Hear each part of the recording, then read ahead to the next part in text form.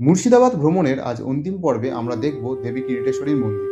পুরাণ অনুযায়ী দক্ষযজ্ঞে আত্মাহুতি দেওয়ার পর দাক্ষায়ণী সতীর দেহ নিয়ে মহাকাল প্রলয় নৃত্যে মাতলে শ্রীবিষ্ণু তাঁর সুদর্শন চক্রের আঘাতে সতীর দেহ খণ্ডিত করেন। দেবী সতীর সেই খণ্ডিত দেহাংশ ও অলঙ্কারাদি ভারতীয় উপমহাদেশের 51টি স্থানে পতিত হয়। দেবীর মুকুট বা কিরিটটি পতিত হয়েছিল মুর্শিদাবাদ জেলার এই কিরিটকোনা গ্রামে। প্রায় 1000 বছর আগে এখানে প্রথম মন্দির প্রতিষ্ঠা হয়েছিল। সেই হিসেবে দেখলে কালীঘাটের থেকেও অনেক আগে এখানে পূজা আরম্ভ হয়েছিল। 1405 সালে পুরনো মন্দিরটি ধ্বংস হয়ে যায়। এরপর 19 শতকে লালগোলার রাজা দর্পণ নারায়ণ মূল মন্দির থেকে একটু দূরে নতুন মন্দির নির্মাণ করেন। পুরনো মন্দিরটি বর্তমানে গুপ্ত মন্দির নামে পরিচিত। প্রতি বছর পৌষ মাসের শনি ও মঙ্গলবার এখানে মা কিরিটেশ্বরীর মেলা বসে। এখানে দেবীর কোনো বিগ্রহ নেই, বরং একটি বেদির ওপর প্রস্তরীভূত সতীর কিরিটটিকেই পূজা করা হয়।